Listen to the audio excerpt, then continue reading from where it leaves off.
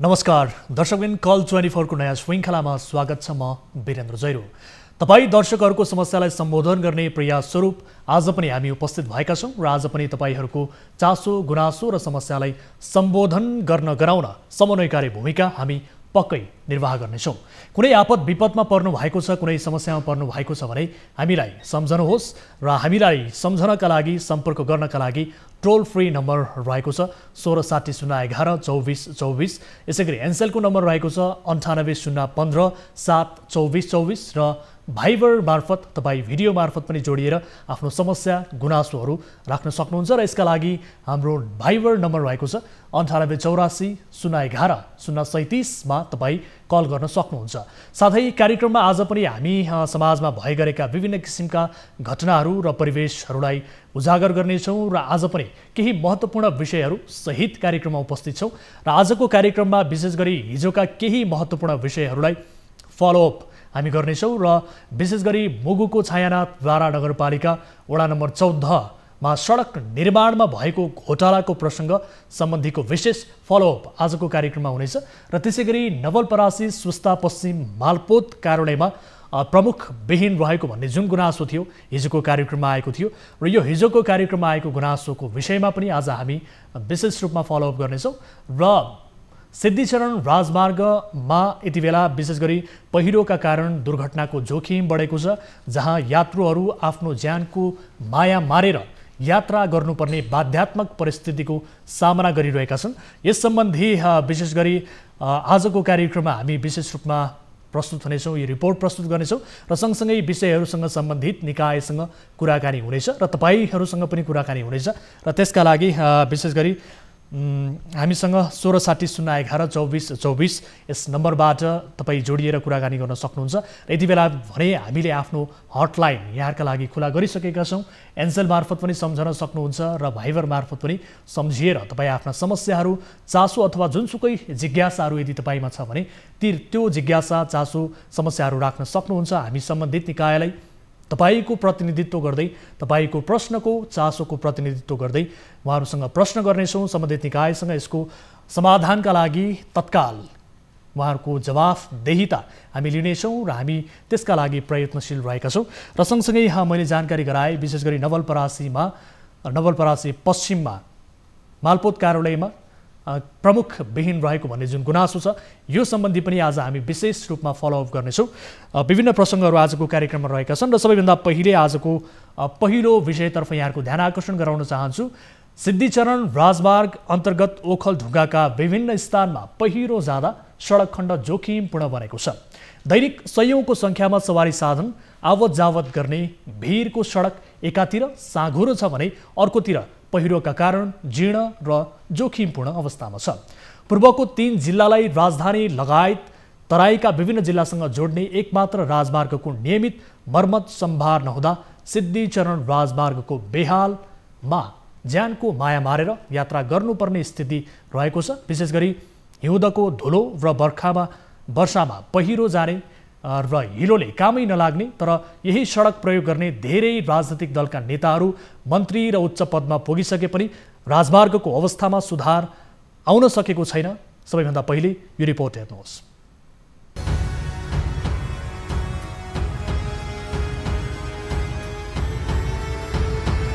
लामो समयपछि अहिले सिद्धिचरण राजमार्ग सञ्चालनमा छ, तर राजमार्ग अन्तर्गत ओखलढुङ्गाका विभिन्न स्थानमा पहिरो गएपछि सवारी आवागमनमा कठिनाई मात्र भएको छैन, दुर्घटनाको जोखिम पनि बढेको छ। ठाउँ ठाउँमा खस्ने पहिरोका कारण सवारीहरूको यात्रा कष्टपूर्ण हुन थालेका छन्। राजमार्ग जोखिमपूर्ण बन्दै गएपछि सडकको अवस्था बुझ्न सडक अनुगमन गरिएको छ। सहायक प्रमुख जिल्ला अधिकारीको नेतृत्वमा निस्किएको अनुगमन टोलीले राजमार्गको दुरावस्थाको कारण दुर्घटनाको जोखिम बढाएको निष्कर्ष निकालेको छ। राजमार्गका विभिन्न स्थानमा पहिरो जाँदा सडक अवरुद्ध हुनुका साथै केही स्थानमा सवारी साधन सञ्चालन गर्न समेत जोखिमपूर्ण बनेको छ। सुक्खा भिरहरूमा केही पहिरोहरू जान सक्ने अवस्थाको पहिचान गरेका छौँ। यो राजमार्ग क्षेत्रको यो सदरमुकाम खण्डदेखि माथि जन्तरधापसम्मको अवस्था त्यहाँ त्यो क्षेत्रमा चाहिँ अलिक बढी मात्रामा ढिस्काहरू झर्ने र साना साना रुख बोट बिरुवाहरू पनि आउने भएकोले गर्दा ती क्षेत्रहरूलाई अलिकति हामीले जोखिमपूर्ण मानेका छौँ। सिद्धिचरण राजमार्ग अन्तर्गत ओखलढुङ्गा क्षेत्रतर्फको 65 किलोमिटर सडक खण्डमा दर्जनौं स्थानमा पहिरो गएको छ। अनुगमन टोलीले सडकको अवस्था नाजुक रहेको पाइएपछि सम्बन्धित निकायलाई यथाशक्य चाँडो सडक खण्ड मर्मत गर्न निर्देशन दिएको छ। तर सडकको जिम्मा पाएको सडक डिभिजन कार्यालय हर्कपुरले भने सडक खण्ड मर्मतका लागि माथिल्लो निकायबाट बजेटको माग गर्ने र सोही बजेटको आधारमा ठेक्का प्रक्रिया मार्फत मर्मतको काम सुरु गर्ने बताएको छ।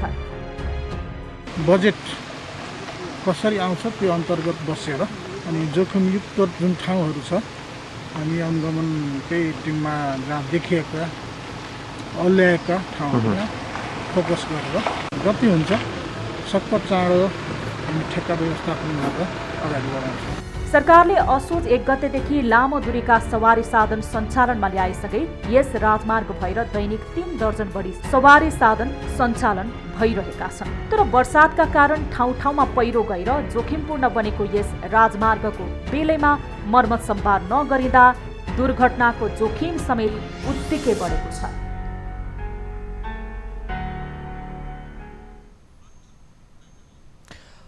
दर्शकवृन्द, यो थियो ओखलढुङ्गाको विशेष रिपोर्ट। हामीलाई विशेष गरी त्यहाँबाट टिभी जर्नलिस्टले पठाउनु भएको थियो र दुर्घटनाको जोखिम यति बढेको छ कि अहिले विभिन्न स्थानमा सिद्धिचरण राजमार्गका विभिन्न स्थानमा ठाउँ ठाउँमा पहिरो गएर त्यो राजमार्गको बेहाल बनेको छ, जहाँबाट सयौंको सवारी साधनहरू आवत जावत गर्ने गर्छन्। तर आफ्नो ज्यानै जोखिममा राखेर हिँड्नुपर्ने यात्रा गर्नुपर्ने स्थिति रहेको छ र त्यही राजमार्गका सडकहरू प्रयोग गरेर अहिले कतिपय राजनीतिक दलका नेताहरू मन्त्री बनिसके, उच्च पदमा पुगिसके, तर सडकको अवस्था दुरावस्था भने जस्ताको त्यस्तै झन्झन बिग्रतो अवस्था छ र जसबाट सयौंको सङ्ख्यामा सवारी साधनहरू आवत जावत गरिरहँदा ती सवारी साधनमा आवत जावत गर्ने मानिसहरू भने आफ्नो ज्यानको माया मारेर यात्रा गर्नुपर्ने स्थिति रहेको छ। यही प्रसङ्गलाई लिएर एकजना स्थानीयले हामीलाई त्यहाँबाट गुनासो पठाउनु भएको छ र त्यो गुनासो हामी यहाँहरू माझ प्रस्तुत गर्छौँ र सँगसँगै हामीसँग सहायक प्रमुख जिल्ला अधिकारी पनि जोडिनु भएको छ, उहाँसँग पनि हामी कुराकानी गर्छौँ। यति बेला हामीसँग सहायक प्रमुख जिल्ला अधिकारी ओखलढुङ्गाका तुलसी भट्टराई जोडिनु भएको छ। सर, यहाँलाई स्वागत छ कार्यक्रममा। हजुर, अब विशेष गरी हामीले सिद्धिचरण राजमार्ग अन्तर्गत ओखलढुङ्गाका चाहिँ विशेष गरी यो राजमार्गको विषयमा चाहिँ एउटा रिपोर्ट प्रस्तुत गऱ्यौँ, जहाँ पहिरो गएर विभिन्न स्थानमा अहिले जोखिमपूर्ण यात्रा गर्नुपर्ने स्थिति र सडकको दुरावस्थाको विषयमा रिपोर्ट प्रस्तुत गऱ्यौँ। हजुर सर, सबैभन्दा पहिले यहाँसँगको कुराकानी अगाडि बढाउनुभन्दा एकजना स्थानीयले हामीलाई त्यहाँबाट गुनासो पठाउनु भएको छ, यही सडकको विषयलाई लिएर यो सुनाउँछु सर यहाँलाई। पहिला हाम्रो यो सिद्धिचरण राजमार्गको बाटो चाहिँ अब धेरै पहिलादेखि एकदमै नाजुक अवस्था छ। अब 1 नम्बरमा हेर्ने भनेदेखि त कटारे मिर्च्याएदेखि घुर्मीसम्म त झन् एकदमै नाजुक अवस्था भएछ। पहिला पुरानो पिच भएको थियो, त्यो पनि अब पुरै अब सखाप भइसक्यो, त्यो बाटो भत्केर अहिले पिचको नाममा निशाना केही पनि छैन अहिले पिचहरू चाहिँ। र यो अहिले चाहिँ 1 नम्बरमा चाहिँ कटारीदेखि चाहिँ ओखलढुङ्गासम्म चाहिँ एकदमै नाजुक छ अवस्था। त्यसमाथि पनि यो हाइड्रो पावरको लाइनले गर्दाखेरि माथि डाँडा डाँडामा चाहिँ हाइड्रोको बिजुलीको लाइन खनेर माथि टावर राख्नुपर्ने भएकोले चाहिँ हाइड्रो पावरमा काम गर्ने त्यो हाइड्रोको पोल गाड्ने मानिसहरूले चाहिँ उहाँहरूले बाटोमा खन्दिने होइन, खन्दिसकेपछि अनि उहाँ माथिबाट पहिरो लड्ने, त्यो बाटो नसोर्दिएको अवस्थामा चाहिँ एकदमै नाजुक अवस्था छ।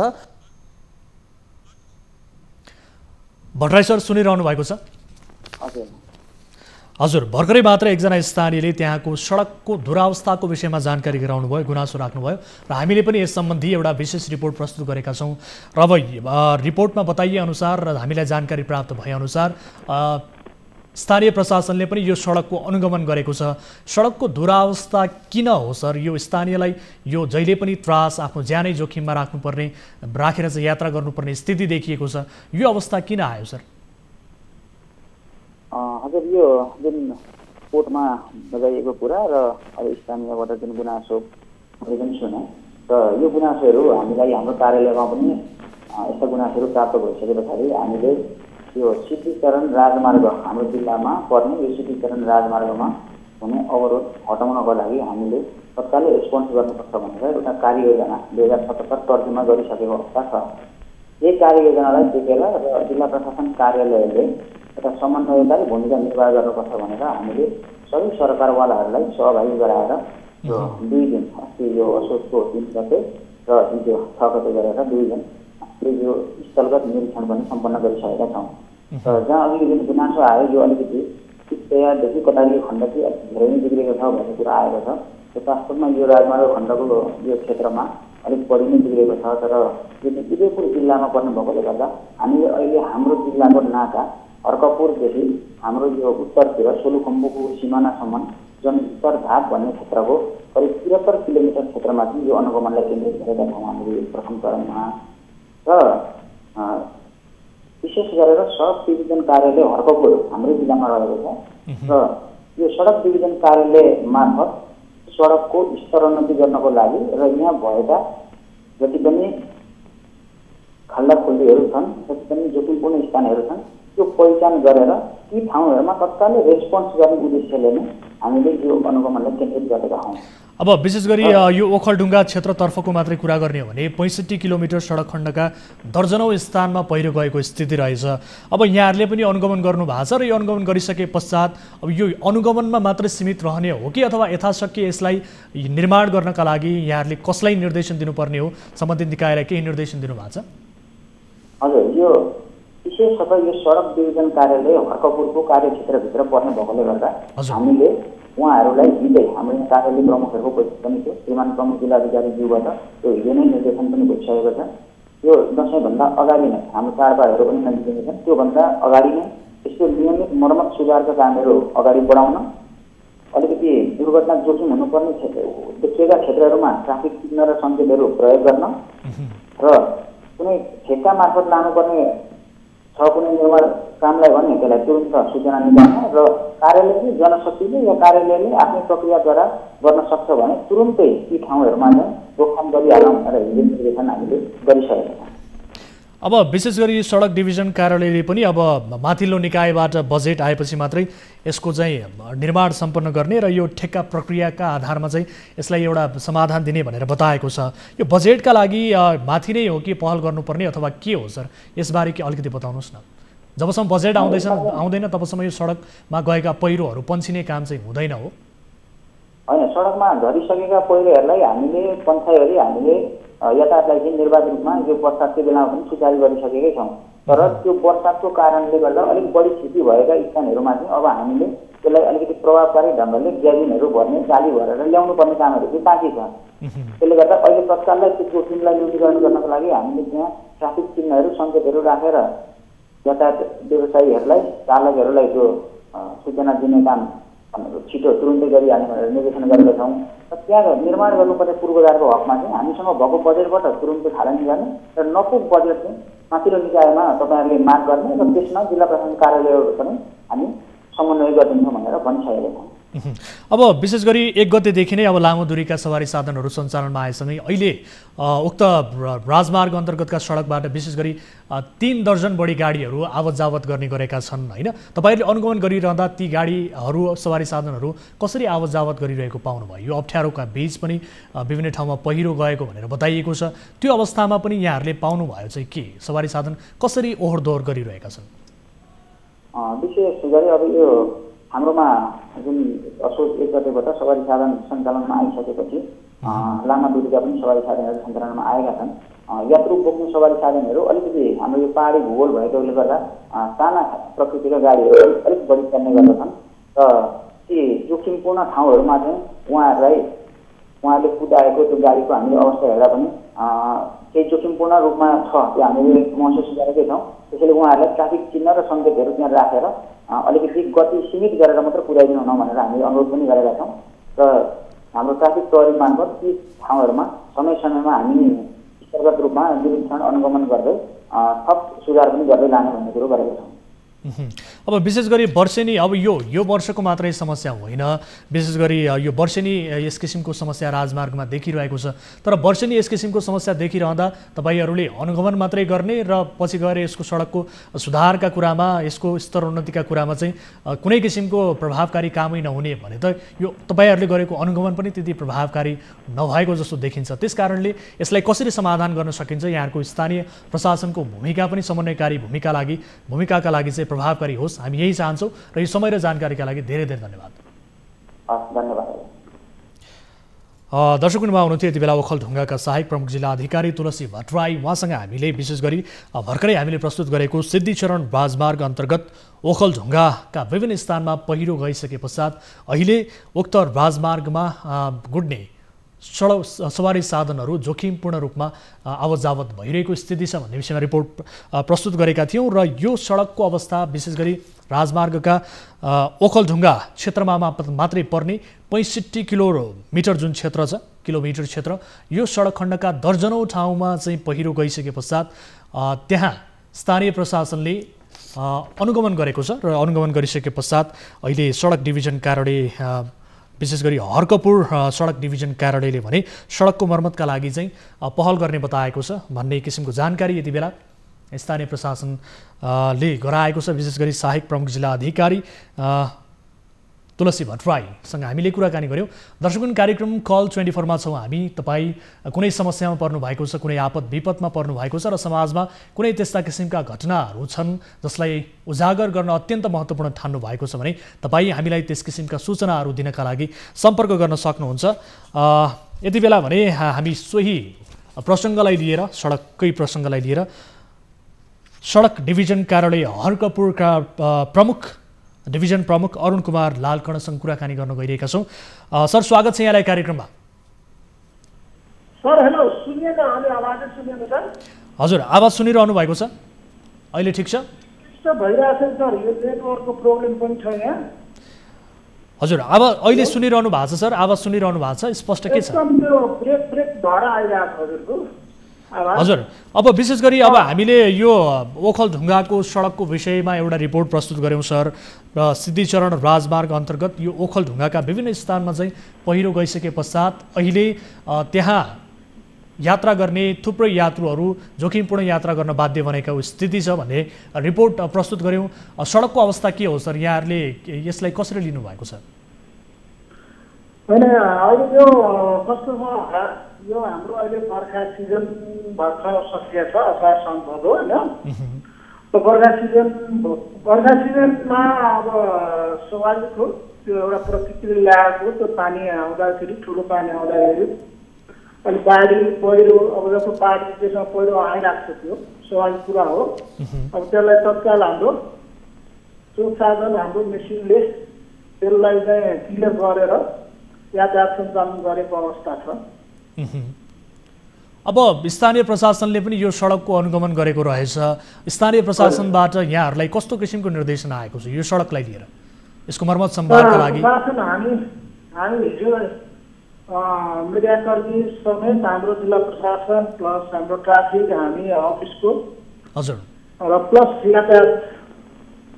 यातायात जुन हाम्रो एउटा छ साथीहरूको सबैको सहभागमा हिजै हाम्रो ओखलढुङ्गा जिल्लाभित्र चाहिँ 2 दिन लगाएर ओखलढुङ्गा जिल्लाभित्रको राजमार्गको अवस्थाको बारेमा चाहिँ हामीले अनुगमन गरेका छौँ। त्यो अनुगमनमा जाँदाखेरि हामीले के कुराहरू चाहिँ के बुझागत रूपमा चाहिँ भन्दाखेरि अहिले तत्काल गर्नुपर्ने, त्यहाँ खास गरिकन जो जोखिम हुने स्थानहरूको पहिचान गर्ने र साथसाथै तपाईँको हजुरको यो सडकमा जुन अब निर्माण सामग्रीहरू राखेको, दाउराहरू राखेको होइन, त्यो कुराहरूलाई तत्काल चाहिँ सम्बन्धित व्यक्तिलाई बोलाएर 2-4 दिनको टाइम दिएर त्यसलाई हटाउन लाउने। त्यसपछि हजुरको सडक सुरक्षा सम्बन्धी पनि त्यहाँ छ हाम्रो अलिकति त्यो साइन बोर्डहरू प्लस क्र्यास ब्यारियरहरूको कुराहरू कहाँ के राख्नुपर्छ त्यो कुराहरूलाई पनि पहिचान गरेका छौँ। र सँगसँगै जहाँ पहिलो गएर अहिले स्ट्रक्चरहरू जुन भत्केको अवस्थामा छ त्यो ठाउँहरूलाई चाहिँ आउने 4 लाखभित्र मैले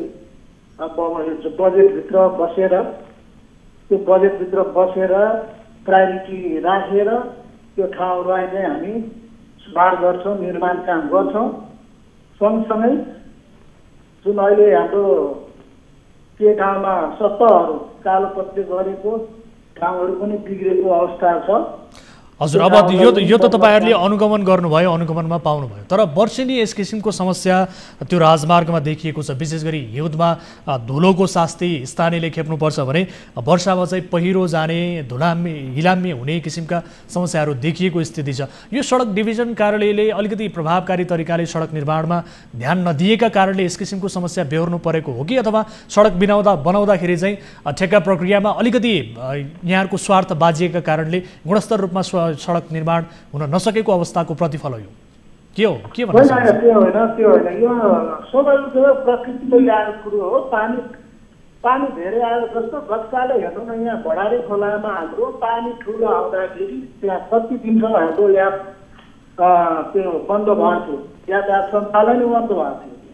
त्यस कारण चाहिँ यो ल्याग प्रकृतिले ल्याएको वर्षा हुँदाखेरि सामान्य हिसाबमा चाहिँ ठुलो कसरी आउँछ पानी, वर्षा कसरी हुन्छ त्यो हिसाबले आउने हो। नभए चाहिँ अरू बेला चाहिँ हाम्रो सडक यातायात सञ्चालन राम्रै तरिकाले भइरहेको छ।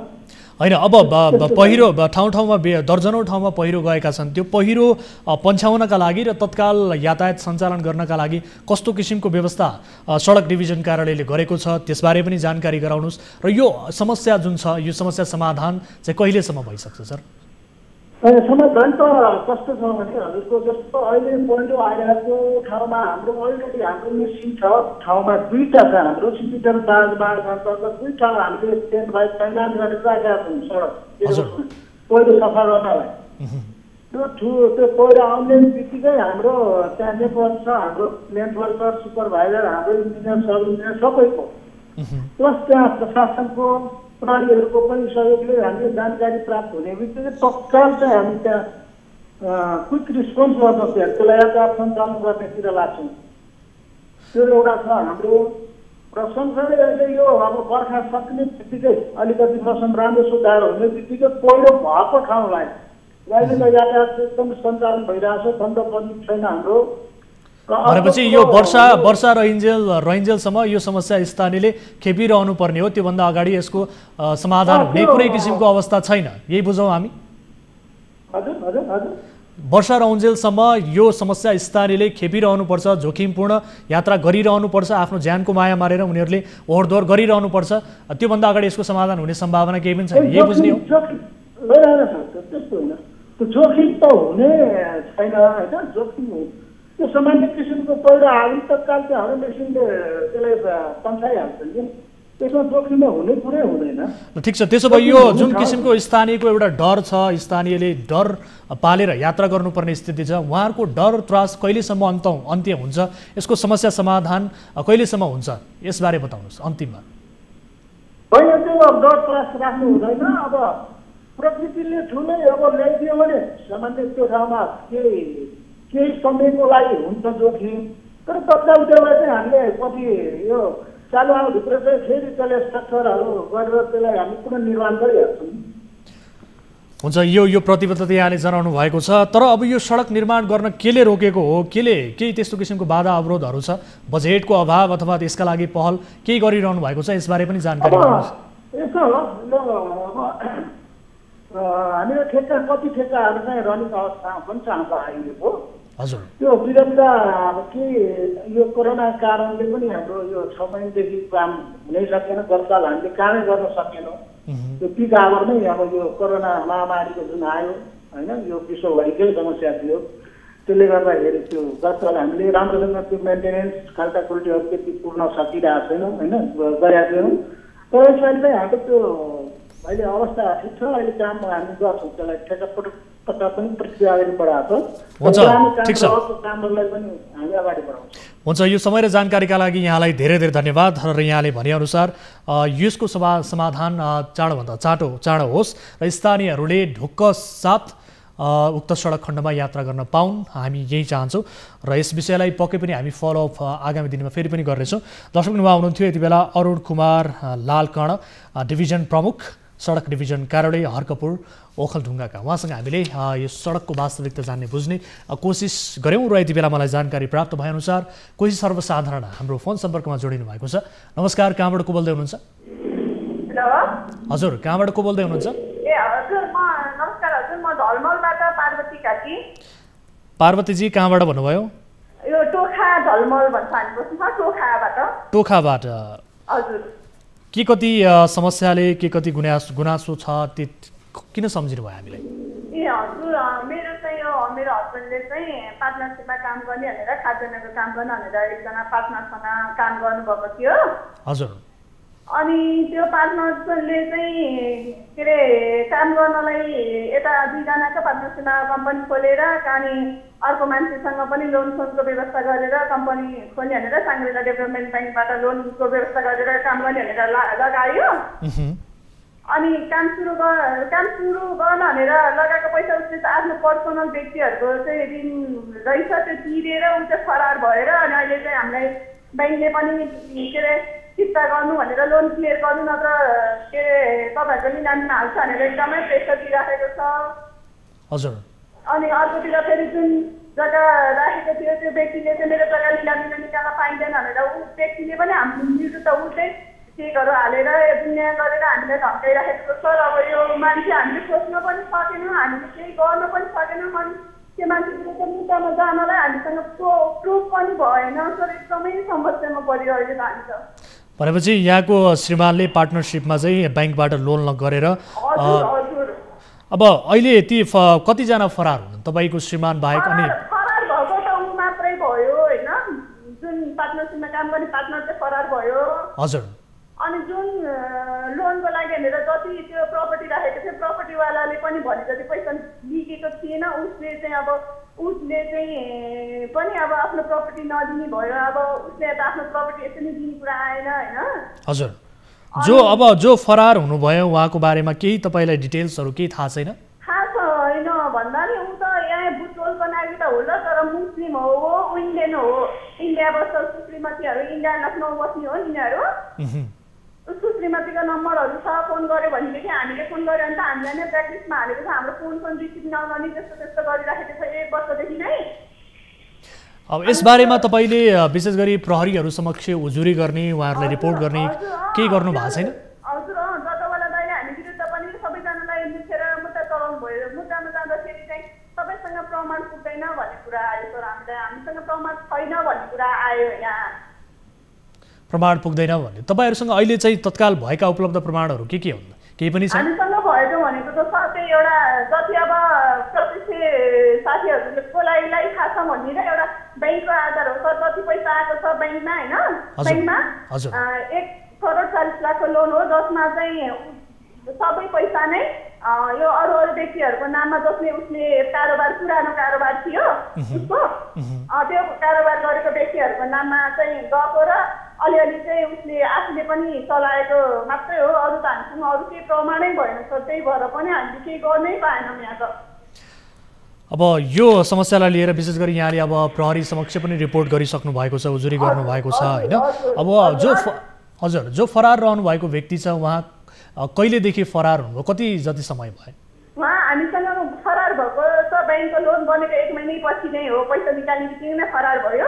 तर कहिलेकाहीँ मोबाइल चलाउँदैन, वाट्सएपमा फोन गऱ्यो भने म काम गर्छु, मैले काम मिलाउँदैछु गर्छु भन्छ, तर 1 वर्षभन्दा बढी भयो ढाकेको, अहिलेसम्म कन्ट्याक्टमा हामीसँग आउँदैन। अनि जब बाहिर हामीले बुझ्दाखेरि चाहिँ उसले नेपालमै बसेर अरू मान्छेहरूसँग काम गरिराखेको छ अरे भन्ने सुनेर हामीले खोजी पनि गऱ्यौँ, तर त्यसबाट केही उपलब्धि नै भएन सर यो मान्छे। हुन्छ, ठिक छ। अब तपाईँको समस्याका लागि हामी विशेष गरी प्रहरीहरूसँग पनि समन्वय गर्नेछौँ, उहाँहरूसँग यसको वास्तविकता के हो भन्ने बुझ्ने कोसिस गर्नेछौँ। यहाँलाई यो समय र जानकारीका लागि धेरै धेरै धन्यवाद। दर्शक एकजना सर्वसाधारण जो आफ्नो श्रीमान पार्टनरसिपमा केही योजनासहित लागेको तर त्यहाँ एकजना व्यक्ति फरार भएर अहिले सम्पर्कविहीन रहेको र ब्याङ्कका लोनका लागि पनि उहाँलाई अहिले समस्या भइरहेको भन्ने किसिमको जानकारी प्राप्त भएको छ। यसरी समाजमा विभिन्न किसिमका विभिन्न प्रकृतिका मानिसका समस्याहरू रहेका छन्। समस्याबाट प्रताडित हुनु परेको स्थिति, विभिन्न प्रकृतिका समस्याबाट आम नागरिकहरू प्रताडित भइरहेका स्थिति छन् र यसरी ठगी हुने अथवा यस किसिमको समस्यामा पर्नु अलिकति आफू पनि सचेत हुन जरुरी हुन्छ। आफ्नो सचेतना अलिकति पुग्ने हो भने यस किसिमका समस्याहरूबाट जोगिन धेरै मद्दत पुग्दछ। र यति बेला कोही सर्वसाधारण हामीसँग भाइबर मार्फत जोडिनु भएको छ। नमस्कार, कहाँबाट को बोल्दै हुनुहुन्छ? हेलो हजुर नमस्कार, कहाँबाट को बोल्दै हुनुहुन्छ? हजुर म तपेन्द्र रावल, हाल जापान टोकियोबाट बोल्दैछु। तपेन्द्रजी जापानबाट सम्झिनु भयो कि कति कारणले सम्झिनु भयो? हजुर म अछाम जिल्ला पञ्चदेउल विनायक नगरपालिका वडा नम्बर 6 तोली निवासी हुँ र मेरो नगरपालिकाको एउटा योजनाको बारेमा तपाईँ मार्फत सम्बन्धित निकायको ध्यान आकर्षण गराउन र नगरपालिकाको मेयर वा उपमेयर मार्फत यो घटना के कस्तो हो र वास्तवमा पीडित जनताहरूको पक्षमा यो न्याय हुन्छ कि हुँदैन भन्ने बारेमा गुनासो तपाईँ मार्फत म उहाँलाई यो जानकारी गराउनको निम्ति कल गरेको छु। समस्या के छ भने सर, अछाम पञ्चदेउल विनायक नगरपालिकाबाट जुन वडा नम्बर 5 र 3 को लागि जुन खानेपानी योजनाको लागि उहाँहरूले पैसा विनियोजन गर्नुभयो र त्यसको माध्यमबाट जुन विनायककै वडा नम्बर 2 मा रहेको एउटा खानेपानी मुहान छ, जुन त्यहाँका मेयर देवराज देवकोटाको खेतहरू भएको र त्यही वडा नम्बर 2 का बासिन्दा भएकोले र त्यहाँको पानीमा अवरोध गरियो र वडा नम्बर 6 तोरीका बासिन्दाहरूले जुन हजारौं हेक्टरमा सिँचाइ कुलो र त्यहाँ त्यो जुन जामुने खानेपानी योजना छ त्यहाँबाट चाहिँ पिउने पानी प्रयोग गरिरहेका छन्। त्यहाँ चाहिँ नगरपालिकाकै उपमेयर अम्बिका चलाउनेको नेतृत्वमा जुन किसिमले जबरजस्ती ढङ्गबाट त्यहाँको पानीलाई चाहिँ ल्याउने कामको लागि सुरुवात भएको छ र टोलीका जनताले त्यसलाई अवरोध गरेका छन् र जसरी उहाँहरू आफै पनि जुन वडा अध्यक्ष लगायतका मान्छेहरूलाई सार्वजनिक मुद्दा लगाउनको निम्ति उहाँहरू अग्रसर हुनुभयो के टोलीका जनताले त्यो हजारौं जग्गा जुन खेत छ त्यसमा चाहिँ धान नरोपेर कि कोदो लगाउनु पर्ने हो? त्यहाँका जनतालाई के टोलीका जनताले चाहिँ त्यहाँको पानी उपयोग गर्न नपाउने हो र त्यहाँका जनताहरूले कति पनि उपयोग गर्नका लागि त्यहाँका जनता के पञ्चदेउल नगरपालिकाका जनता होइनन् र कम्तीमा पनि नगरपालिकाले समन्वय गर्दा सम्बन्धित ठाउँको चाहिँ स्रोत र साधनको उपयोग गर्नुभन्दा अगाडि त्यहाँका जनतासँग उपभोक्तासँग कमसेकम कोर्डिनेसन गर्नुपर्ने, समन्वय गर्नुपर्ने, यो नगरिकन जुन किसिमको बलमेचाइ ढङ्गबाट उहाँहरूले खानेपानी ल्याउनको लागि उहाँहरूले प्रयास गर्नुभयो र त्यहाँका जनताले अवरोध गरे र त्यसै नाममा त्यहाँका सर्वसाधारण जनतालाई समेत सार्वजनिक केस अन्तर्गत मुद्दा लगाउने काम भएको छ, जुन काङ्ग्रेसबाट भएको छ र हल्ला फिटाउँदैछन्। त्यहाँ कुनै अर्को पार्टीले गर्यो भन्दै हल्ला फिटाइरहेका छन्। यो काङ्ग्रेसको दादागिरी कहिलेसम्म?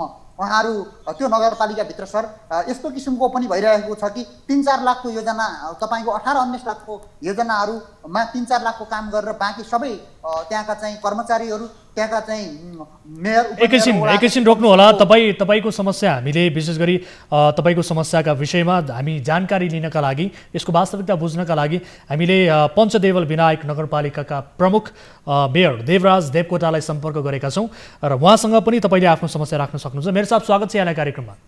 धन्यवाद। हजुर, अब भर्खरै मात्र हामीसँग जापानको टोकियोबाट एकजना अछाम निवासी तपेन्द्र राउतजी हाम्रो सम्पर्कमै हुनुहुन्छ। उहाँले कल गर्नुभयो र विशेष गरी खानेपानी योजनामा त्यहाँ देखिएको समस्याका विषयमा उहाँले गुनासो गर्नुभएको छ। यो खानेपानीमा देखिएको समस्या के हो सर? अलिकति यहाँहरूको पनि यसमा स्वार्थ बाजियो भन्ने कुराहरू आएको छ, यसको वास्तविकता के हो सर? यसको वास्तविकता के हो भने खानेपानीको समस्या छ। हजुर, जुन ठाउँमा अब खानेपानीको चाहिँ समस्या व्यापक रूपमा छ यो नगरपालिकाभित्र र शहरी विकास विभागबाट एउटा सर्वे भएको थियो। 60 करोडको योजना थियो।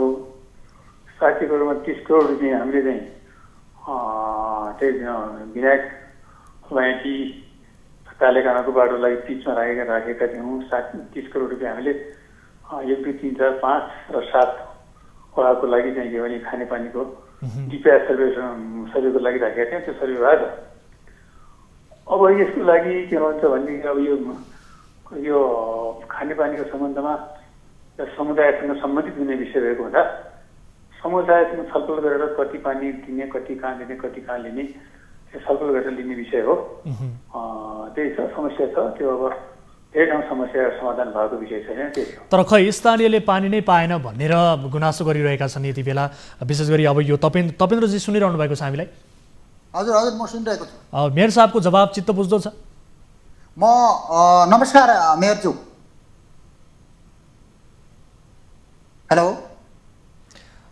मेयर साहबको जवाफ चित्त बुझ्दो छ वा छैन? मेयर साहबले सायद सम्बन्ध तपाईँलाई सुनिरहनु भएको छ। मेयर साहबले जुन किसिमले एउटा राजनीतिक भाषा प्रयोग गरेर जवाफ दिने प्रयास गर्नुभएको छ यो सरासर गलत हो। जुन किसिमको टोलीका बासिन्दा र जो विनायकका बासिन्दाहरू छन् त्यहाँ 100 हेक्टर जमिन छ जहाँ जुन सेरा जुला भनिन्छ त्यहाँको चाहिँ उपभोक्तालाई नसोधेर त्यहाँ जबरजस्ती तपाईँकै माताहतमा रहेको उपमेयरको नेतृत्वमा जुन किसिमको एउटा समिति बनेको छ त्यो समितिले जसरी पानी ल्याउन प्रयास गर्यो र त्यहाँका मान्छेहरूले अवरोध गरिसकेपछि त्यहाँका मान्छेहरूलाई चाहिँ तपाईँकै उपमेयरको नेतृत्वमा जसरी सार्वजनिक केसको मुद्दा लगाइएको छ र अझै पनि त्यो चाहिँ मुद्दा अझै पनि साधारण तारिकमा उहाँहरूलाई रिहा भए पनि अझै त्यो मुद्दा अदालतमा चलिरहेको छ। के टोलीका जनताले त्यो खेतमा चाहिँ धान नरोपेर कोदो रोप्नु पर्ने हो? हिजो तपाईँको ओडाका र तपाईँकै खेत भएको ठाउँमा तपाईँहरूले पानी नदिने, त्यहाँका जनताहरूलाई तपाईँहरूले पानी नदिने, लयटी र विनायकका तल्लो भागका जनताहरूलाई तपाईँ आफ्नो ओडाको पानी नदिने, के टोलीका जनताले पानी दिदिनु पर्ने हो? टोलीका जनतासँग कमसेकम समन्वय र कोर्डिनेसन गरेपछि त्यो पानी दिन सकिन्छ, त्यसमा नसकिने होइन। तर त्यहाँका जनतालाई त्यो पानीले पुगिरहेको छ कि छैन? ठिक छ मेयर साहब सुन्नुभयो, उहाँको प्रश्न सुन्नुभयो, के भन्नुहुन्छ? मैले सुनिनँ, मेरो यहाँ त मैले के सुनिनँ मैले। अब विशेष गरी उहाँले टोलीका जनताहरू जुन किसिमले अहिले पानीको उपभोग गर्न पाएनौँ भनेर विरोध गरिरहेका छन् र यहाँहरूको यो अहिले मुद्दासम्म परेको केस जुन भएछ यसको समाधान कसरी हुन्छ? तपाईँको जवाफ अलिकति राजनैतिक स्वार्थसँग जोडिएको जवाफ भयो। टोलीबाट बोल्नुभयो, उहाँ टोलीवासी हो? उहाँ अछाम निवासी हो, अब टोलीवासी हो अथवा के वासी हो उहाँले बताउनु भएको छ। अब उहाँले यो कुरा के छ भने सम्बन्धित वडा समिति हुन्छ, वडा अध्यक्ष हुन्छन्। हजुर त्यो उहाँहरूको विशेष गरेर चाहिँ के भने अब सरकार र समाधान र चासोको विषय उहाँहरूको हुन्छ। हामीले खालि सहजीकरण गर्ने हो। कहाँ पानीको स्रोत छ त्यसको चाहिँ जस्तो पानी सर्वे गर्दाखेरि फुसमाग लागिसकेपछि हिउँद लागिसकेपछि त्यसको एक्चुअल एमाउन्ट थाहा हुन्छ। जस्तो साउन भदौमा यो पानीको भोल्युम थाहा हुँदैन, यो त भल हो बर्सातको। त्यसपछि अब कति पानी त्यहाँको जनतालाई राख्ने कति दिने भन्ने कुरा वडाले गर्ने निर्णय हो। त्यो टोलीको वडाध्यक्षले पनि त्यो अब हिउँद लागेपछि त्यो कति दिन सकिन्छ कति राख्न सकिन्छ यहाँको पनि असमस्या हेरेर समाधान गरौँला भनिसक्नु भएको छ। अब मुद्दा चाहिँ पऱ्यो, मुद्दा चाहिँ विचाराधीनमा छ। अब त्यो कुरा अदालतको विषय रहेको हुनाले यस बारेमा बोल्न मिल्ने, सामान्य अदालतको बारेमा बोल्न भएन, बोल्न सकिँदैन। अब तर के भने अब मुद्दा चाहिँ परेको, अब समाधान पनि हुन्छ यस बारेमा। यो समाधान कहिलेसम्म हुन्छ सर? हुन त हामी यस विषयमा स्थलगत रिपोर्ट पनि तयार पार्नेछौँ। उहाँले के भन्नुभएको छ भने टोलीबाट धेरै खास गरी यो फागुन चैत लागेपछि त्यहाँ गएर सर्वे गर्ने अनि पानीको भोल्युम कति छ त्यस अनुसार कति दिन सकिन्छ कति राख्न सकिन्छ सरसल्लाह गर्नु उहाँले पटक पनि भनिरहनु भएको छ। त्यही अनुसार उहाँकोले जे भन्नुभएको छ त्यही अनुसार काम गर्नु पर्यो। ठिक छ, यो समय र जानकारीका लागि धन्यवाद। र पक्कै पनि हामी पनि यसको स्थलगत रिपोर्टिङ गर्नेछौँ, त्यहाँको वास्तविकता के हो भन्ने विषयमा बुझ्नेछौँ र आम दर्शकहरूलाई थप यसबारेमा विस्तृत रूपमा प्रकाश पार्ने कोसिस गर्नेछौँ। यहाँको समय र जानकारीका लागि धेरै धेरै धन्यवाद। दर्शकबिन हुनुहुन्थ्यो यति बेला हामीसँग जोडिनु भएको थियो पञ्चदेवल विनायकका मेयर देवराज देवकोटा। उहाँसँग हामीले विशेष गरी जापानको टोकियोबाट तपेन्द्र रावतजीले अछामको एउटा सन्दर्भमा गुनासो गरिसके पश्चात विशेष गरी यो खानेपानीको विषयलाई लिएर भइरहेको विवाद र यो विवादलाई लिएर अहिले मुद्दासम्म समेत परिरहेको र यो मुद्दा विचाराधीन अवस्थामा रहेको केसमा लिएर उहाँले गुनासो गर्नुभएको थियो र स्थानीयहरू पानी उपभोग गर्न पाउनुपर्छ भन्ने विषयमा केही विरोधमा रहेको कुराहरू प्राप्त भएको थियो र यही सन्दर्भलाई लिएर हामीले मेयर साहबसँग यसको बारेमा वास्तविक जान्ने कोसिस गरेका छौँ र यस सम्बन्धी हामी स्थलगत रूपमा थप रिपोर्ट पनि प्रस्तुत गर्नेछौँ र यसलाई हामी आगामी दिनमा फलोअप पक्कै पनि गर्नेछौँ। र यति बेला भने हामी मालपोत कार्यालयको प्रसङ्ग यहाँनिर जोड्न चाहन्छौँ। विशेष गरी हिजोको कार्यक्रममा हामीलाई एकजना सर्वसाधारणले मालपोत कार्यालय नवलपरासी सुस्ता पश्चिममा मालपोत कार्यालयमा प्रमुख नहुँदा त्यहाँ स्थानीयहरूले आफ्नो काम कारबाहीमा विभिन्न किसिमका बाधा अडचनहरू खेप्नु परिरहेको गुनासो उहाँले गर्नुभएको थियो। यसबारेमा हामी जानकारी लिने कोसिस गरिरहेका छौँ। यति बेला हामीसँग जोडिनु भएको छ भूमि व्यवस्थापन तथा अभिलेख विभागका महानिर्देशक शेष नारायण पौडेल। पौडेल सर, स्वागत छ यहाँलाई कार्यक्रममा। हजुर धन्यवाद, नमस्कार। हजुर, अब यो मालपोत कार्यालयको प्रसङ्गको विषयलाई लिएर विशेष गरी हाम्रो कार्यक्रममा एकजना सर्वसाधारणले गुनासो गर्नुभयो कि त्यहाँ मालपोत कार्यालयमा विगत 2-2.5 वर्षदेखि कार्यालय प्रमुख हुनुहुन्न र जसका कारणले हाम्रा काम कारबाहीमा निकै ठुलो बाधा अवरोध भएको छ भन्ने गुनासो गर्नुभएको छ। अवस्था के हो सर? 2-2.5 वर्ष होइन, अब केही समय अगाडि करिब 15 दिन अगाडिसम्म कार्यालय प्रमुख हुनुहुन्थ्यो। त्योभन्दा अगाडि एकजना शाखा अधिकृत पनि हुनुहुन्थ्यो। तर अहिले शाखा अधिकृतको सामान्य प्रशासन मन्त्रालयले अन्य मन्त्रालय सरुवा गरिसकेको अवस्था र त्यहाँको कार्यालय प्रमुखले को चाहिँ धनगढी मालपोतमा सरुवा भएर अहिले त्यहाँ चाहिँ नायब सुब्बा स्तरको कर्मचारीलाई कार्यालय प्रमुख तोकेको विषय चाहिँ सही हो। भनेपछि त्यहाँ 15 दिन जस्तो मात्रै भयो, 2-2.5 वर्ष चाहिँ होइन प्रमुखविहीन रहेको अवस्था? हजुर, 2-2.5 वर्ष होइन, बिचबिचमा अलिकति ग्याप भएको होला। अब करिब 15 दिन अगाडिसम्म सुरेन्द्र केसी भन्ने चाहिँ के अरे उपसचिवै हुनुहुन्थ्यो कार्यालय प्रमुख। त्यसपछि त्योभन्दा अगाडि उहाँसँगै एकजना शाखा अधिकृत पनि हुनुहुन्थ्यो। तर शाखा अधिकृतको सामान्य प्रशासन मन्त्रालयले सरुवा गरेर उपसचिव उहाँ चाहिँ त्यहाँ चाहिँ म बस्न सकिनँ, एकदमै काम गर्न प्रतिकूल अवस्था भयो भनेर पटक पटक चाहिँ गुनासो गरिरहनु भएको थियो। र उहाँको घर पनि धनगढी हो र लोकल हो। त्यसपछि उहाँको धनगढी खाली थियो र उहाँको धनगढी सरुवा भएको छ। र हामीले अहिले यो परासीमा कार्यालय प्रमुखको रूपमा या शाखा अधिकृतको रूपमा चाहिँ काम गर्नको लागि कर्मचारीहरू खोजिरहेको अवस्था छ। समस्या के छ भने अहिले समग्रमा मालपोत विभाग अन्तर्गतका कार्यालयहरूमा मालपोत कार्यालयहरूमा करिब 500 कर्मचारीहरूको दरबन्दी रिक्त छ र त्यस कारणले गर्दाखेरि त्यहाँ चाहिँ सहायक स्तरको कर्मचारी पर्याप्त नै हुनुहुन्छ। तर चाहिँ एउटा अधिकृत स्तरको कर्मचारी अहिले त्यहाँ हुनुहुन्न। त्यसले चाहिँ केही असहजता भएको चाहिँ सही हो। अब विशेष गरी यहाँले बताउनु भयो त्यहाँ कार्यालय प्रमुखहरू पनि केही समस्या भएको भनेर तपाईँलाई जानकारी गराएको समेत यहाँले बताउनु भएको छ। यो के कारणले हुनसक्छ? कार्यालय प्रमुखहरू त्यहाँ समस्या भयो भनेर तपाईँहरूलाई भन्नु र त्यहाँ निकै लामो समयसम्म बस्न नसक्नुको कारण चाहिँ के रहेछ? अब त्यो परासीमा विशेष गरी अधिकृत स्तरको कर्मचारीहरू त्यो रोजाइको कारणले पर्दैन। उहाँहरू गइसकेपछि पनि त्यति लामो समयसम्म टिक्न नसक्ने, बस्न नसक्ने, धेरै गुनासोहरू गर्ने। त्यही टिक्न नसक्नुको कारण चाहिँ के रहेछ? के थाहा पाउनु भयो? अब उहाँहरूले हामीलाई भनेअनुसार पहिलो कुरा त त्यहाँको जस्तो धर्ता श्रेष्ठताहरू अभिलेखहरू त्यति व्यवस्थित छैन, अथवा चाहिँ त्यहाँ चाहिँ कतिपय विभिन्न समयमा विभिन्न सुकुम्बासी आयोगका नाममा उसको नाममा चाहिँ जग्गा लालपुर्जाहरू बाँडिएको छ र ती लालपुर्जाहरू पनि विवादित छन्। त्यसै गरेर त्यहाँ चाहिँ अरू विभिन्न चाहिँ सार्वजनिक सरकारी जग्गाहरू र चाहिँ यो हदबन्दीभन्दा बढीका जग्गाहरूलाई चाहिँ व्यक्तिको नाममा पास गर्नको लागि पटक पटक चाहिँ दबाब आउने र त्यो चाहिँ अब कानुनले नमिल्ने कामहरू अब गर्दाखेरि कानुन विपरीत हुने र त्यो चाहिँ एउटा कारबाहीमा परिने, नगर्दाखेरि चाहिँ अब विभिन्न चाहिँ धाक धम्कीहरू आउने, यस्तो चाहिँ त्यो कर्मचारीहरूले पटक पटक गुनासो गरिरहनुहुन्छ।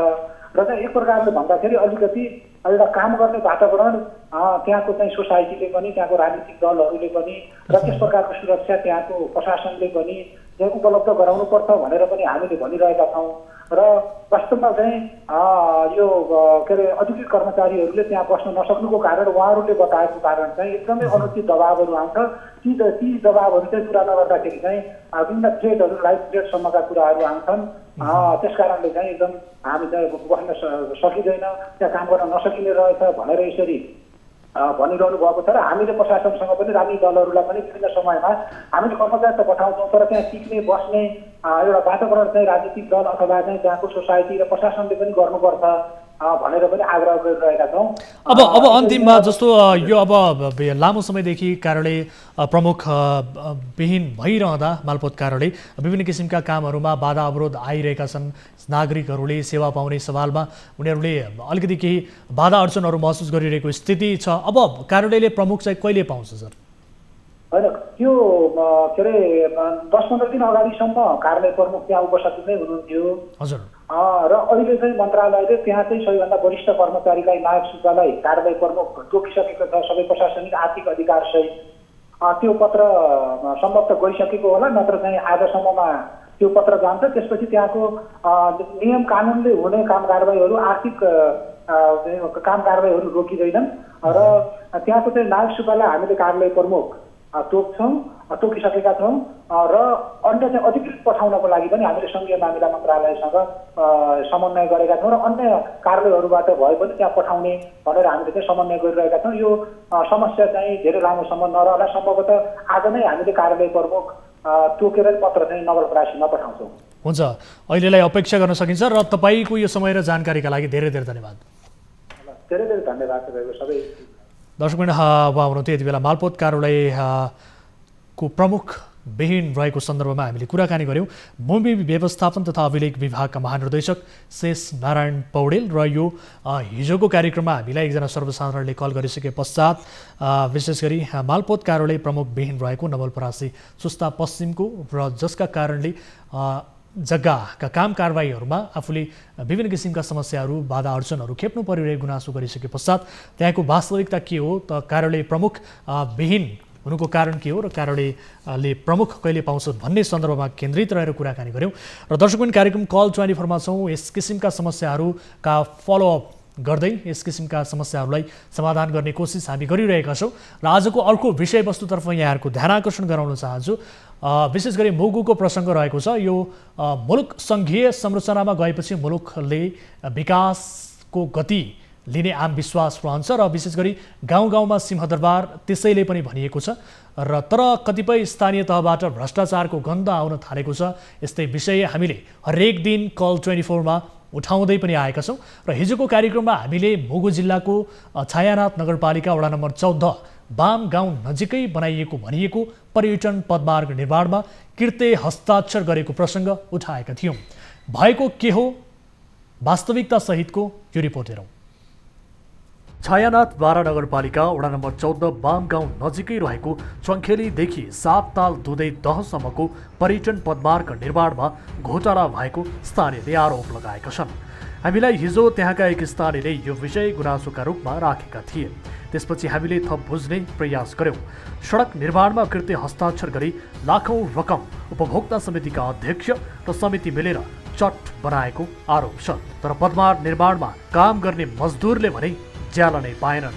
आर्थिक वर्ष 2076-77 सञ्चालित चङ्खेली 7 ताल दुधे दहसम्मको पर्यटन पदमार्गका लागि डिभिजन वन कार्यालयबाट 27,07,200 रुपैयाँ भुक्तानी भएको थियो। पर्यटन पदमार्ग समितिले विभिन्न समयमा रकम लिए पनि काम गर्ने कामदारलाई भुक्तानी नदिएको, बरु कृत्य हस्ताक्षर गराएर रकम दमपच गरेको पाइएको छ। 4 दिन मात्र काम गरेकोमा हाजिरी भरे 15 दिनसम्मको बनाइएको भेटियो।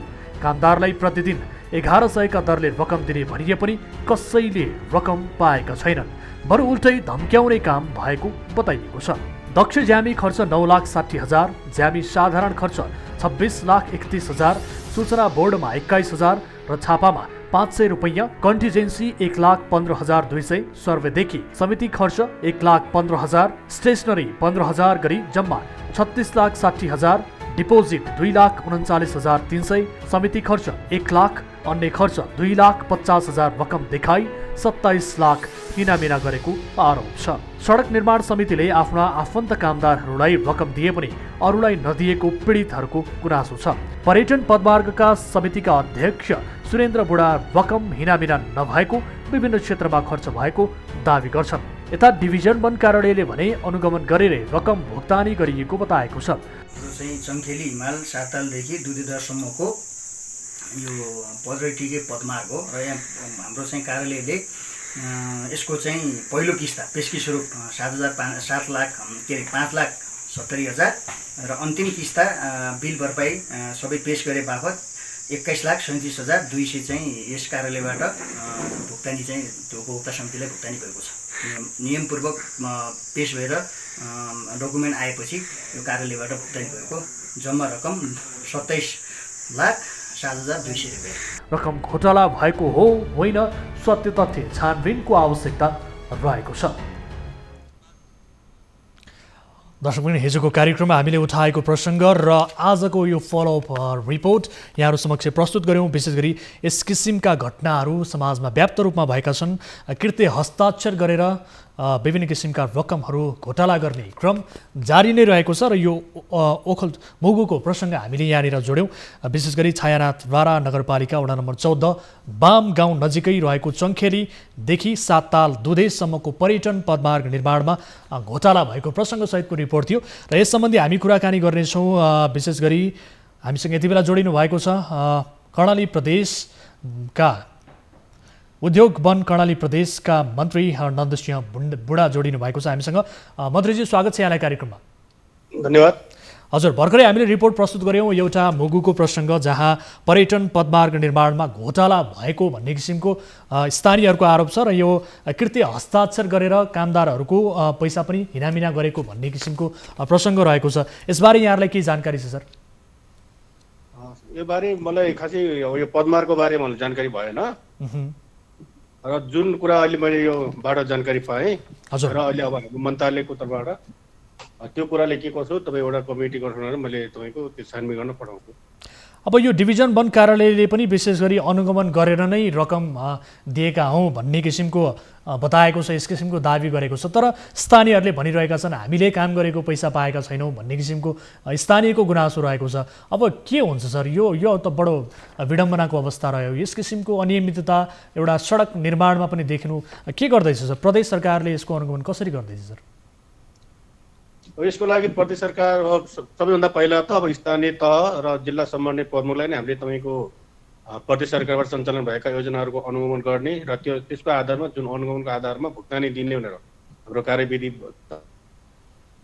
भएको छ। त्यही अनुसार तह र तपाईँको जिल्ला समन्वय प्रमुखको अनुगमनको आधारमा भुक्तानी भएको होला होइन। हजुर। र जुन कुरा तपाईँको त्यहाँ अब उपभोक्ता समितिले तपाईँको काम गरेको मान्छेहरूले जुन पैसा पाएको छैन भन्ने कुरा जुन आयो, सम्बन्धित काम गरेको उपभोक्ता समितिले काम गरेको पैसा पाउनुपर्छ र त्यसमा अब कार्यालयले तपाईँको अब बिल भरपाई र प्राविधिकको कार्यान्वयनको आधारमा भुक्तानी भएको हुनसक्छ र त्यसमा केही अब तपाईँको अब काम गर्ने उपभोक्ताहरूले पैसा नपाएपछि त्यो उपभोक्ता समितिहरूबाट केही तपाईँको कमी कमजोरी भयो भने हुनसक्छ। त्यसको लागि अब सम्बन्धित वन डिभिजन कार्यालयलाई पनि हामी एउटा तपाईँको के कस्तो हो त्यो तपाईँको विवरण तपाईँको तत्काल गएर बुझ्ने भनेर हामी पत्रचार गर्छौँ होइन।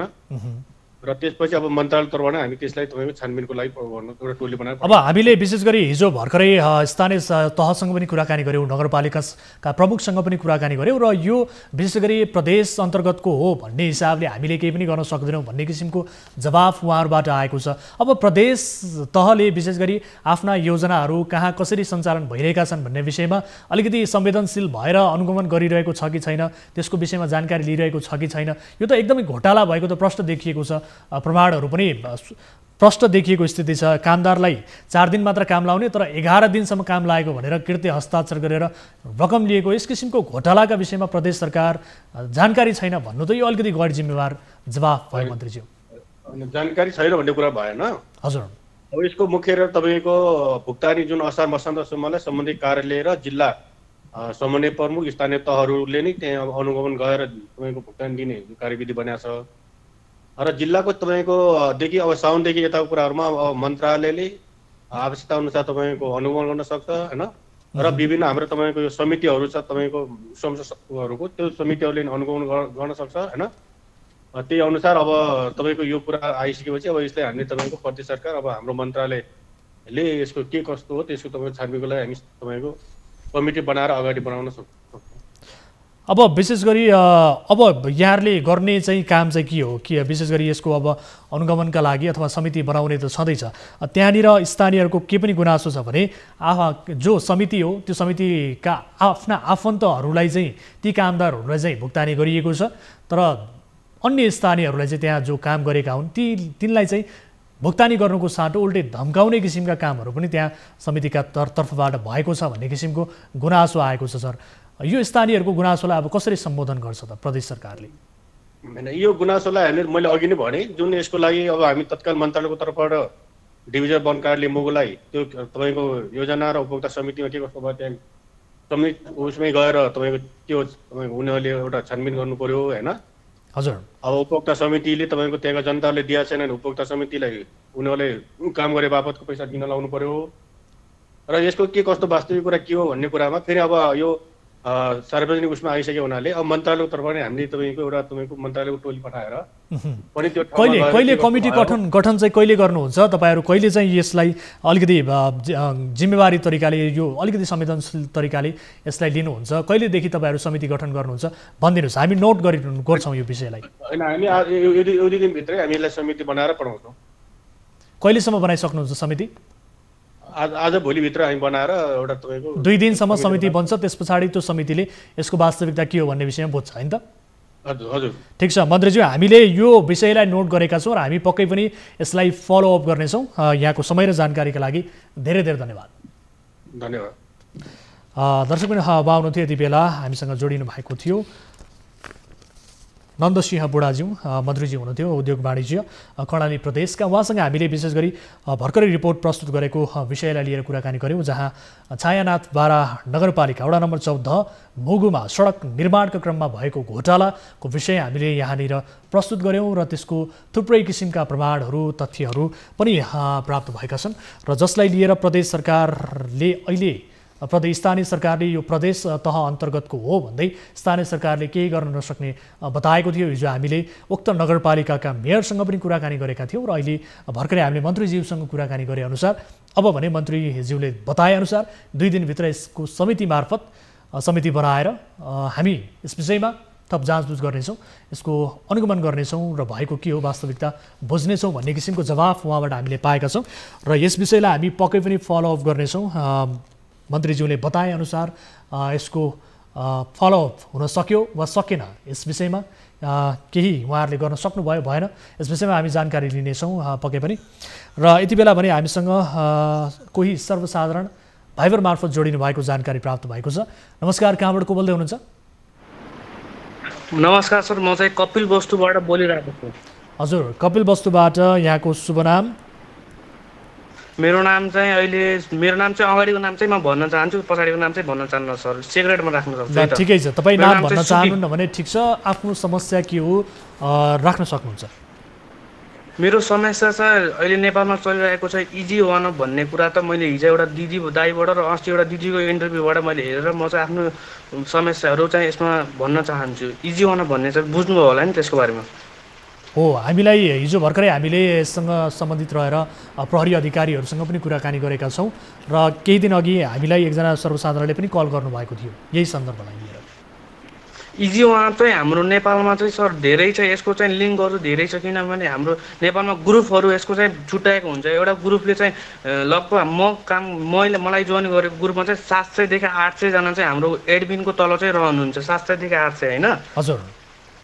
उहाँ चाहिँ अहिले काठमाडौँको नुवाकोटमा चाहिँ हुनुहुन्छ चन्दन कुमार भन्ने चाहिँ हाम्रो इजी वानअपको एडमिन हो ग्रुपको एडमिन त्यो फेसबुक ग्रुपको एडमिन चाहिँ उहाँ हो फेसबुक एड भन्नाले इजी वानअपलाई ह्यान्डल गर्ने चाहिँ उहाँले हो हाम्रो ग्रुपको 700 देखि 800 जनालाई ह्यान्डल गर्ने चाहिँ उहाँले चाहिँ पैसा लिनुभएको छ एउटा मेम्बरबाट 1500 रुपैयाँ नेपाली चाहिँ लिनुभएको छ उहाँले भनेपछि त्यो वेबसाइटको एडमिन चाहिँ उहाँ हो हैन त चन्दनजी वेबसाइटको एडमिन भन्नाले उहाँले चाहिँ कहाँबाट लिनुभयो थाहा छैन उहाँको द्वारा चाहिँ 700 जना मान्छे चाहिँ उहाँको तल चाहिँ काम गरिरहेको छ यो इजी वानअपमा चाहिँ जस अन्तर्गत तपाईँ पनि त्यही अन्तर्गत काम गरिरहनु भएको हो काम गर्न चाहिँ मैले चाहिँ एउटा मलाई जोइन गर्ने चाहिँ मोहन खत्री चाहिँ उहाँको बागलुङकोबाट हुनुहुन्छ हैन मोहन खत्री चाहिँ उहाँले चाहिँ मलाई भन्नुभयो यो काम गर्नु यो कामबाट हप्ताको 10 देखि 30 हजार जति कमाउन सकिन्छ मजाले घर बसी इन्टरनेट चलाइ घरबाट बाहिर जानु पर्दैन पैसा निकाल्न पनि ब्याङ्कमै जानु पर्दैन आजभोलि त मोबाइल ब्याङ्किङको सुविधाद्वारा पैसा त्यसैबाट निकाल्न सकिन्छ र उहाँले मलाई यस्तो भन्नुभयो कि त्यसबाट हाम्रो प्रोडक्टहरू पनि छ भन्नुभयो कि उहाँले जस्तै प्रोडक्ट चाहिँ एउटा मास्टर कार्ड भन्नुभयो अनि वेबसाइट भन्नुभयो अनि फेसबुकको पेजहरू बुस्टिङ गर्नु भन्नु यो सबै कुरा हावा हो छ किनभने मास्टर कार्ड बनाउनलाई पनि त्यति सजिलो छैन मास्टर कार्डको लागि पनि धेरै परिक्रमहरू चाल्नुपर्छ किनभने मास्टर कार्डलाई मैले एकचोटि एप्लाई गरेको थिएँ मास्टर कार्डलाई तर त्यो मास्टर कार्ड चाहिँ हाम्रो कम्पनी भनिरहेको छ कि अमेरिकाबाट आउनुपर्छ टाइम लाग्छ भनेर मेरो ग्रुपको एडमिनले चाहिँ हैन र मास्टर कार्ड पनि आउँदैन छ र यसमा चाहिँ फेसबुकको पेजहरू बुस्टिङ गर्ने भन्छ हजुरले एउटा फेसबुकको पेज बुस्टिङ गरिदिनु भने हप्ताको 5 देखि 6000 रुपैयाँ कमाउनुहुन्छ भन्छ ल फेसबुकको पेज पनि बुस्टिङ हुँदैन र मास्टर कार्डको चाहिँ उहाँले भन्नु तपाईले अरु केही काम नगरे पनि मास्टर कार्ड बेचे पनि एउटा मास्टर कार्डको 5 देखि 10000 रुपैयाँ कमाउनुहुन्छ भन्यो हैन त्यो पनि ठिक छ, मैले सुने गर्छु भने। अनि वेबसाइटको कुरा हो, वेबसाइट हजुरले एउटा वेबसाइट बनाउनु भयो भने 10 देखि 30 हजार रुपियाँ नेपाली कमाउनुहुन्छ यसबाट। वेबसाइटबाट धेरै इन्कम छ र हजुरले प्याकेज बेच्नुभयो भने एकदम धेरै त्यसबाट फाइदा छ। प्याकेज भनेको सर त्यसमा केही पनि होइन, प्याकेज भनेको मात्रै मान्छेले चुटिया मात्र बनाउने हो। किनभने यो काममा चाहिँ के छ भनेपछि कि त मर कि त मार भन्छ कि। मर भने आफ्नो पैसा डुबाउने हो, मार भने अरूको पैसा आफूले खाने हो सर यसमा। भनेपछि तपाईँ कति भयो यसमा संलग्न हुनुभएको? तपाईँ कति भयो? तपाईँले अहिलेसम्म कति कमाउनु भयो त? सर मैले अहिलेसम्म कति पनि कमाएको छैन, किनभने म यो काममा चाहिँ संलग्न मात्रै भएको छु। मैले चाहिँ यो काम बुझेको पनि छैन राम्रोसँग होइन। म केही बुझ्न पनि खोजिरहेको छु, इन्टरनेटमा धेरै सर्च गरेर सबैहरू यसको बारेमा सबै राम्रो कुरा मात्रै भन्छ उसमा युट्युबमा। म यसको बारेमा केही पनि कुरा अहिलेसम्म गरेको छैन। मैले फर्स्ट टाइम अस्ति एउटा दिदीको भिडियो हेरेँ अनि म चाहिँ कुरा गर्छु अब न्युज 24 मा भने म आज कुरा गर्न आएको। कति जति भयो त, कति समय भयो तपाईँ यसमा संलग्न हुनुभएको, एक्टिभ हुनुभएको? म चाहिँ लगभग लकडाउन भएपछि चैतदेखि म चाहिँ इन्भल्भ भएको यसबाट। अब तपाईँहरू भन्दा माथि रहनुभएका जो नेटवर्कका जो माथि रहनुभएका व्यक्तिहरू छन् जस अन्तर्गत तल रहेर तपाईँहरू काम गर्नुहुन्छ, उहाँहरूले के भन्नुहुन्छ? उहाँले त भन्नुहुन्छ काम गर्नु राम्रो छ, एकदम बेस्ट छ। किनभने यसबाट घर बसी महिना हप्ताको भन्नुहुन्छ उहाँले, महिनाको पनि होइन हप्ताको 10 देखि 30 हजारसम्म पनि कमाउन सकिन्छ भन्नुहुन्छ उहाँले त। भनेपछि करिब 700 जना व्यक्तिहरू अहिले तपाईँलाई जानकारी प्राप्त भएअनुसार यो ग्रुपमा चाहिँ संलग्न रहेका छन्। एउटा ग्रुपमा मात्र 700 छ नेपालमा, एउटा ग्रुपमा मात्र 700 छ। नेपालमा त यस्तो ग्रुप कति छ बुटोलमा हजुरको बुटोलमा 5 नम्बर प्रदेशको हेडक्वार्टर चाहिँ बुटोलमा लगभग 20% चाहिँ बुटोलमा इन्भल्भ छ कि यो काममा, बुटोलमा मात्रै 20%।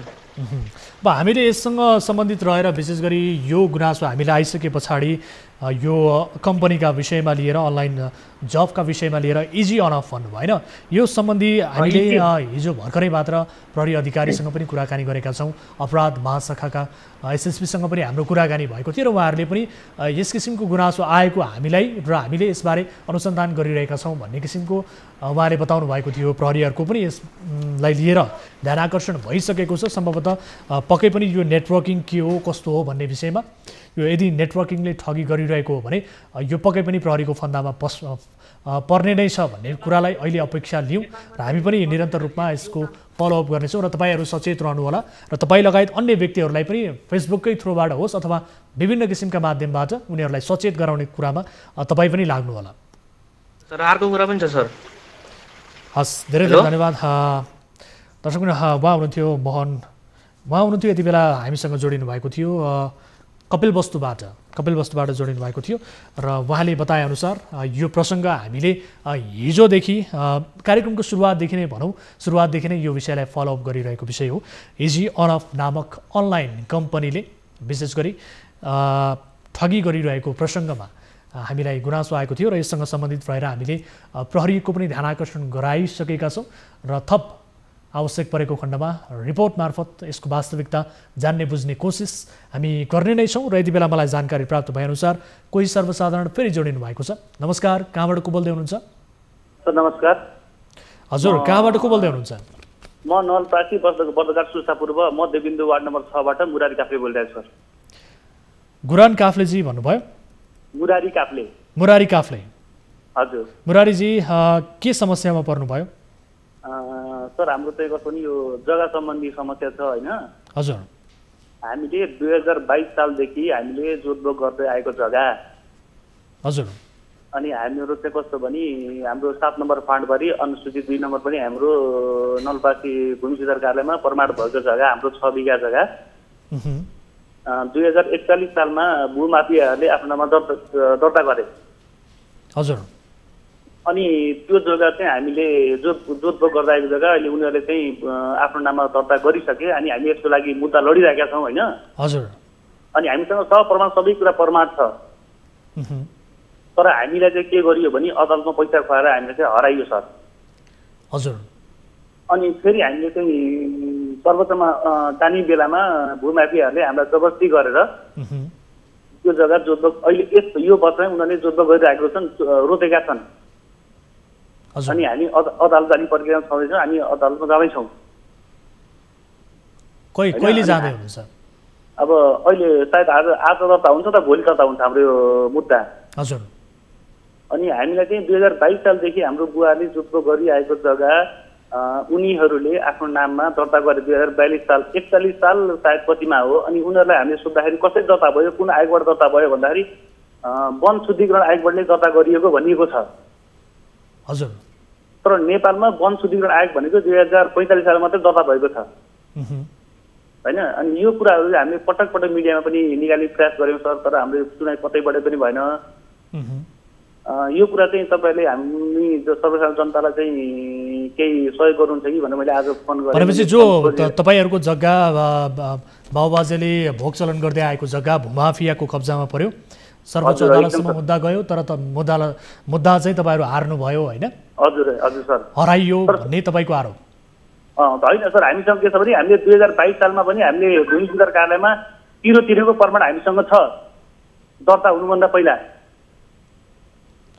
ठिक छ, तपाईँको समस्याको प्रकृति हामीले बुझ्यौँ र सम्बन्धित निकायको हामी पक्कै पनि ध्यान आकर्षण गराउनेछौँ र आवश्यक परेको खण्डमा यो विषयलाई हामी फलोअप गर्नेछौँ। हाम्रा टिभी जर्नलिस्ट मार्फत यसको वास्तविकता के हो भन्ने विषयमा जानकारी पक्कै पनि लिनेछौँ। तपाईँ रहनुभएको ठाउँमा हाम्रो टिभी जर्नलिस्ट पनि हुनुहुन्छ, उहाँको ध्यान आकर्षण हामी गराउनेछौँ। दर्शकबिन, यति बेला उहाँ हुनुहुन्थ्यो हामीसँग मुरारी काफ्रेजी, नवलपरासी सुस्ताबाट बोल्नु भएको थियो। उहाँको समस्याको प्रकृतिअनुसार आफ्नो बाबुबाजेले भोग चलन गर्दै आएको जग्गा भूमाफियाको कब्जामा परेको र त्यो जग्गा फिर्ता लिनका लागि मुद्दा मामिला गर्दा पनि आफूहरू मुद्दा हारेको र फेरि पनि अदालती प्रक्रियामा उहाँहरू जान खोजिरहेको बारे उहाँको प्रसङ्ग थियो। यस विषयलाई हामी पक्कै पनि हाम्रो टिभी जर्नलिस्ट मार्फत फलोअप गर्नेछौँ र आजको कार्यक्रमको अन्तिम कल हामी यति बेला लिन गइरहेका छौँ। कोही सर्वसाधारण हामीसँग जोडिनु भएको छ। नमस्कार, कहाँबाट को बोल्दै हुनुहुन्छ? हजुर नमस्कार, कहाँबाट को बोल्दै हुनुहुन्छ?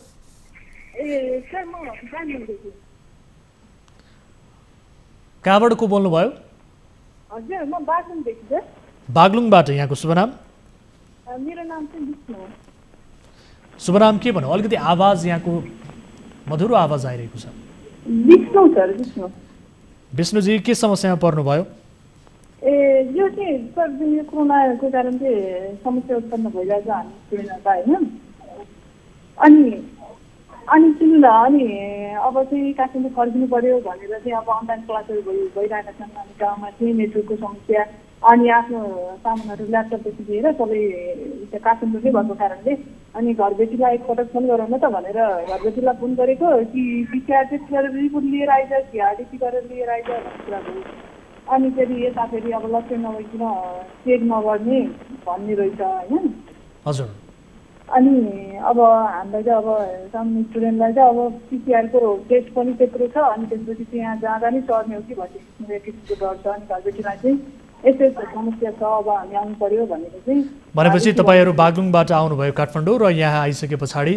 नहीं सर, हामीले चाहिँ अगाडि नै जानकारी गराएर जाउँ भनेर चाहिँ हामीले घरबेटीलाई कल गरेको थियौँ मैले। फोन मार्फत चाहिँ जानकारी गराउनु भयो? हजुर हजुर हजुर। उहाँबाट चाहिँ झन् समस्यामा परिन्छ कि भनेर गरेको चाहिँ उहाँले चाहिँ रिपोर्ट नै लिएर आउनुपर्छ, नभए चाहिँ कि त रुमभित्र क्वारेन्टाइनमा बस्नु पर्यो भनेर जस्तो कुरा गरिदिनु हो। अनि अरू साथीहरूबाट बुझेको चाहिँ अब चाहिँ त्यस्तो केही पर्दैन, अब चाहिँ काममा चाहिँ अब आफ्नो आफ्नो काममा फर्किने अब लाइब्रेरीहरू पनि खुल्ला छ भन्ने कुरा गर्नुभएको थियो अरू साथीहरूले। अनि त्यसपछि चाहिँ केही पनि बुझ्नु भनेर चाहिँ घरबेटीलाई फोन गरेको चाहिँ पिसिआर रिपोर्ट कि आइडिटी टेस्ट गरेर आइज भनेर भनिदिनु भयो। अनि भनेपछि अब तपाईँ घरबेटीले त्यसो भनिसके पछाडि तपाईँ पिसिआर टेस्ट गर्ने मनसायमा हुनुहुन्छ अथवा हुनुहुन्न, के छ? अनि रिपोर्ट फेरि अब तत्कालै त्यो रिपोर्ट आउन पनि आउँदैन सर होइन। अनि त्यसपछि अब कि अब सबैले नै केही भएको भए पनि एउटा कुरा हुन्थ्यो, अब त्यस्तो लक्षण देखिएको भए पनि अब हामी आफै नै सजग हुनुपर्ने सर होइन। अहिले फेरि अब काठमाडौँ आइसके पछाडि काठमाडौँमै पनि पिसिआर टेस्ट गर्न सकिन्छ, थुप्रै व्यक्तिहरूले त्यस्तो पनि गरिरहेको स्थिति छ। काठमाडौँमै आएर पिसिआर टेस्ट गर्न सक्ने स्थिति अवस्था के छ? अनि सर यस्तो हो, अब लक्षण देखिएको भए त अब हामीले टेस्ट गर्नु नै पर्थ्यो होइन, आफू नै आइसोलेसनमा बस्नु पर्थ्यो। अब त्यस्तो लक्षण केही छैन, हामी गाउँमा चाहिँ सुरक्षित छौँ। अनि रिजर्भ गरेर डाइरेक्ट जाने, अनि त्यस पछाडि अब त्यहाँ गएर अनलाइन क्लास लिनलाई चाहिँ गाउँमा अलिकति समस्या भएको कारणले गर्दा टियुले चाहिँ अब अनलाइनलाई चाहिँ मान्यता दिने, अब चाहिँ रेगुलर क्लास एटेन्डेन्स भयो बराबर गर्ने भनेर चाहिँ भनेको कारणले गर्दा हामी जान खोजेको होइन। अनि अरू साथीहरूको चाहिँ रिपोर्ट केही पनि चाहिँदैन भन्ने कुरा रहेछ। पक्कै पनि अब अहिले विशेष गरी काठमाडौँमा अहिले त्यही समस्या देखिएको छ। थुप्रै व्यक्तिहरूलाई जो घर भाडामा बस्नुहुन्छ उहाँहरूलाई घरबेटीले पिसिआर टेस्ट अनिवार्य गर्नुहोस् भन्ने किसिमका बताइसकेपछि त्यस किसिमको कुराहरू बताइसके पछाडि अहिले थुप्रै किसिमको लाइनहरू पिसिआर टेस्ट गर्नेहरूको देखिएको स्थिति पनि छ। हस्पिटलहरूमा विशेष गरी टेकुमा पनि थुप्रै लाइनहरू हामी देख्न सक्छौँ। यो जानकारीका लागि तपाईँलाई धेरै धेरै धन्यवाद। दर्शकबिन, उहाँको जस्तो समस्या अहिले थुप्रै काठमाडौँमा विशेष गरी डेरामा बस्ने डेरावालहरूको समस्या रहेको छ। विशेष गरी पिसिआर टेस्ट अनिवार्य त्यसको रिपोर्ट देखाउनु भन्ने किसिमको घरबेटीले डिमान्ड गरिसके पछाडि अहिले थुप्रै किसिमको लाइनहरू यति बेला पिसिआर टेस्टका लागि देख्न सकिन्छ। विशेष गरी अहिले पछिल्लो समय ताजा अवस्थामा टेकु राष्ट्रिय जनस्वास्थ्य प्रयोगशाला टेकुमा चाहिँ थुप्रै किसिमको लाइनहरू रातभर मानिसहरूको लाइन देख्न सकिन्छ। यस किसिमको बाध्यात्मक परिस्थिति, यो विषम परिस्थितिमा आम मानिसहरूमा रहेको स्थिति छ। दर्शक महानुभावहरू, यिनै प्रसङ्गसहित आजलाई कार्यक्रमको समय सकिएको छ। कल 24 मा हामी नियमित रूपमा प्रस्तुत हुन्छौँ र आजको लागि भने कार्यक्रमको समय यही सकिएको जानकारी प्राप्त भएको छ। न्युज 24 टेलिभिजन हेर्दै रहनुहोला। आगामी श्रृङ्खलामा थप समस्याहरू, थप विषयवस्तु, थप फलोअप सहित प्रस्तुत हुनेछौँ। आजलाई कार्यक्रम यति नै। हामी निरन्तर न्युजमा छौँ। नमस्ते।